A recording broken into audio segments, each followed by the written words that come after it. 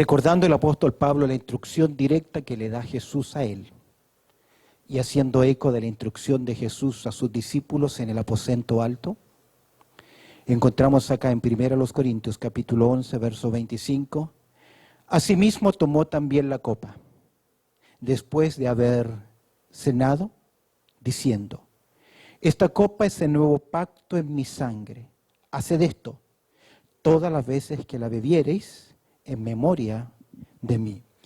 Cuando los judíos celebraban la Pascua, había un momento solemne. Normalmente habían 4 copas que ellos utilizaban. Y una de las últimas copas se llamaba la copa de la comunión, que es posible que es la copa que utilizó nuestro Señor Jesucristo junto a sus discípulos. Pero el significado que le va a dar nuestro Señor a esa copa de comunión, tiene que ver con un principio que recorre las Escrituras, la sangre. Si bien es cierto, la sangre de Jesucristo era una sangre común, como la que tú y yo hoy tenemos. No había plaquetas mayores de diferencia en su sangre. Pero lo que da valor a esa sangre es la persona de Cristo Jesús. Y es interesante que la palabra sangre se encuentra aproximadamente 400 veces en las Escrituras. Obviamente en el libro de Levíticos, que nos habla de los sacrificios de sangre. El profeta Ezequiel, que nos habla de la gloria futura del templo. Y sin duda alguna en el Nuevo Testamento, la carta a los hebreos. La sangre es un tema fuerte y permanente en las Escrituras, ya que la sangre va a representar la vida. Dicen las Escrituras en Levítico 17:11, porque la vida de la carne es, la sangre está, ahí está, representa la vida. Y cuando miramos las Escrituras y hablamos acerca de la sangre de Cristo, lo primero que debemos pensar cuando miramos esa línea roja a través de las Escrituras es que la sangre, en primer lugar, es una señal del pacto. Es una señal del pacto que Dios hizo con la nación de Israel. Es interesante si tú miras en tu Biblia, en el libro de Hebreos, en el capítulo 9, verso 22, cuando el escritor a los hebreos viene enseñándonos que todo lo que había en el Antiguo Testamento, lo que tenía que ver con el tabernáculo, lo que tenía que ver con el ornato del tabernáculo, solamente era una leve sombra de la figura real que es Cristo Jesús. Y en el capítulo 9, verso 22, el escritor dice lo siguiente, y casi todo es purificado, según la ley, con sangre. Es porque Dios estableció que la sangre era un símbolo de consagración. Fue el pacto que Dios estableció con la nación de Israel. Así que casi todo es purificado según la ley, con sangre, el sacerdocio, instrumentos, indumentarias. Lo que se utilizaba en el templo era dedicado y consagrado a través de la sangre, porque fue la señal del pacto. Y dice el escritor, capítulo 9, verso 22, y sin derramamiento de sangre, ¿qué? No se hace remisión. ¿Por qué? Porque cuando el ángel iba pasando, Dios mismo en su persona, en Gosén, y vio la señal de la sangre en las puertas, en los dinteles, la muerte pasó de largo. Por eso que la palabra Pascua significa pasar de largo. Porque Dios estableció a través de la sangre un principio a la nación de Israel, la prohibición de comer sangre. El derramamiento de sangre era una preparación porque la sangre nos habla, en primer lugar, de la señal del pacto de Dios. En otras palabras, es como el hilo conductor a través del Antiguo Testamento, pero la sangre no solamente nos habla de la señal del pacto, sino que también la sangre nos habla del sacrificio de Cristo. En el pasado, la señal del pacto. En el tiempo, el sacrificio de Cristo. Si tú observas en Mateo, capítulo 26, verso 28, Mateo capítulo 26, verso 28, Jesús dice, porque esto es mi sangre de nuevo pacto, que por muchos es derramada para remisión de los pecados. La sangre no solamente nos habla de la señal del pacto del pasado, sino que también la sangre nos habla del sacrificio de Cristo en el tiempo. ¿Cuándo ocurrió esto? En el tiempo de Dios. Gálatas capítulo 4, verso 4. Es interesante que el apóstol Pablo, cuando reúne a todos los líderes de Éfeso en Mileto y les encarga la obra del ministerio en Hechos capítulo 20, verso 28, dice lo siguiente, que ellos deben cuidar de la iglesia del Señor, la cual Él ganó, la cual Él compró, ¿con qué? Con su propia sangre. ¿Por qué? Sin derramamiento de sangre no hay remisión de pecados. Su sangre, escúcheme bien, la sangre de Cristo es el precio de nuestra redención, a quien Dios puso como propiciación por medio de su sangre, para manifestar su justicia, habiendo pasado por alto en su paciencia los pecados de los hombres, cuando Cristo moría en la cruz. Y se evidenciaba su sacrificio de sangre mediante esa prueba post-mortes, donde aquel soldado traspasó el costado y ya brotaba suero de su cuerpo, cuando ya plaquetas blancas y rojas se separan, cuando ya ha habido una exsanguinación, se evidenció que la sangre de Jesucristo se había derramado. Su sangre representa su vida. Es por eso que Primera de Pedro, usted lo conoce, en el capítulo 1, verso 18, dice lo siguiente: sabiendo que fuisteis rescatados. ¿Cómo?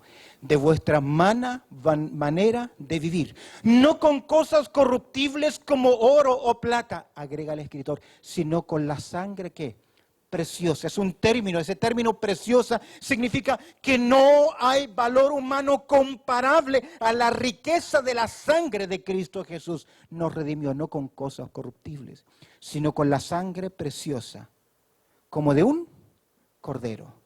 ¿Qué tipo de cordero? Sin mancha ni contaminación alguna. ¿Por qué? Porque la sangre nos habla del símbolo, el sello del sacrificio en el pasado, es la señal del pacto. Nos habla del sacrificio de Cristo.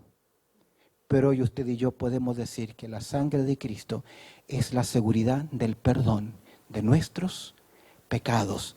Me encanta 1 de Juan capítulo 1, verso 7, donde dice, y la sangre de Jesucristo, su Hijo, ¿qué dice? Nos limpia de todo pecado. Nos limpia de la contaminación, nos consagra hacia Dios. ¿Sabes por qué? Porque la sangre tiene que ver con la vida, el precio que Cristo pagó. Jesús pregunta, ¿qué sacará el hombre si ganara el mundo entero y perdiere su alma?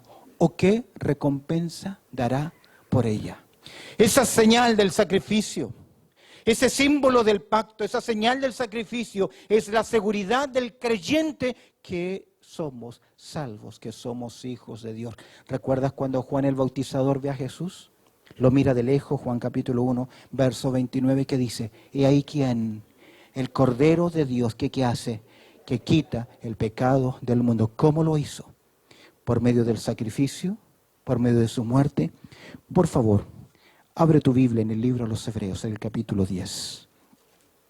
Libro a los Hebreos, en el capítulo 10. Mire conmigo el verso 1, la sangre preciosa de Cristo. Hebreos en el capítulo 10, hemos dicho que la sangre nos habla de la señal del pacto, nos habla del sacrificio de Cristo, pero también nos habla de la seguridad del perdón de nuestros pecados. ¿Estás en Hebreos capítulo 10, verso 1? Porque la ley, teniendo la sombra de los bienes venideros, no la imagen misma de las cosas. Es decir, todo lo que se escribió en el Antiguo Testamento solo era un bosquejo de la realidad. Por los mismos sacrificios se ofrecen continuamente cada año, hace perfecto a los que se acercan. De otra manera, cesarían de ofrecerse, pues los que tributan este culto limpios una vez no tendrían ya más conciencia de pecado, lo que el escritor está diciendo. Los sacrificios se repetían año en año. El torrente de Cedrón, que era el lugar donde se sacrificaban los animales, allá en el monte arriba, había un hilo de sangre que corría todas las semanas. Había un hilo de sangre que recordaba el pecado, no el perdón, recordaba la culpabilidad de los hombres. Porque cada vez que el oferente, el hombre, presentaba un sacrificio, debía recordar: soy culpable, soy pecador, merezco el juicio y la sangre. Y esos sacrificios recordaban: culpable, culpable, culpable. Es por eso que el escritor dice que esos sacrificios nunca pudieron quitar la conciencia de pecado. Pero, verso 3, estos sacrificios cada año se hacen en memoria ¿de qué? De los pecados, porque la sangre de los toros y de los machos cabríos no pueden quitar, ¿qué cosa? Los pecados. Por lo cual, mira el cambio, entrando en el mundo, este es el Hijo, dice: sacrificio y ofrenda no quisiste, me preparaste cuerpos, holocausto y expiación por el pecado no te agradaron. Entonces dije: he aquí vengo, Dios, para hacer tu voluntad, como está en el rollo del libro, y como del libro está escrito de mí.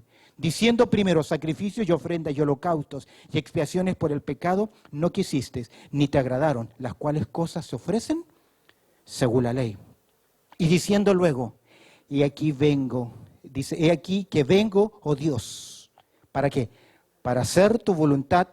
Quítalo primero, para establecer esto último. Me encanta, verso 10, todos juntos. En esa voluntad somos santificados mediante la ofrenda del cuerpo de Jesucristo, que hecha una vez y para siempre. La sangre del sacrificio del pacto, la sangre de la señal del pacto, del sacrificio de Cristo, es la seguridad del presente de que nuestros pecados fueron ¿qué? Perdonados. Observa el verso 17. ¿Qué dice? Verso 17. Y añade: y nunca más me acordaré de sus pecados y de sus transgresiones. ¿Por qué? Porque la obra del Señor Jesucristo fue hecha una vez, perfecta y para siempre. Hoy, frente al pan y la copa, no sacrificamos a Cristo, como muchos grupos religiosos lo creen, sino que el pan y la copa nos hacen mirar el sacrificio de Cristo perfecto y nos permiten mirar el pasado, una obra consumada, perfecta. Solo a Dios se le pudo haber ocurrido, solo por sangre, solo por gracia, solo por fe. Cuando yo voy a las Escrituras, todo hombre en algún momento caerá por el peso de su pecado. Solo hay algo que nos sostiene: es el hilo rojo, la sangre de Cristo. Pregunta el escritor: ¿quiénes son estos que se presentan delante de Dios? El escritor dice: son aquellos que han lavado sus ropas en la sangre del Cordero de Dios. ¿Has lavado tu ropa en la sangre del Cordero? Porque la vida tuya puede acabar hoy. Y solamente aquellos que han recibido a Cristo como su Salvador personal, en ese momento de tensión, se mantendrán firmes, porque la salvación es segura para aquellos que estamos en las manos del Señor. El Señor añada su bendición.